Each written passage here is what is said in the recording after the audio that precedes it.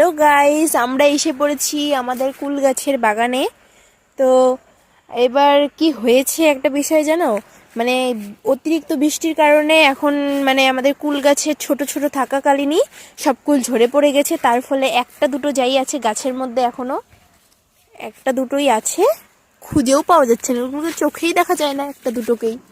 কোথায় যে আছে কুল, দাঁড়াও দেখাচ্ছি। এই তো একটা পেয়েছি, এই তো দেখেন,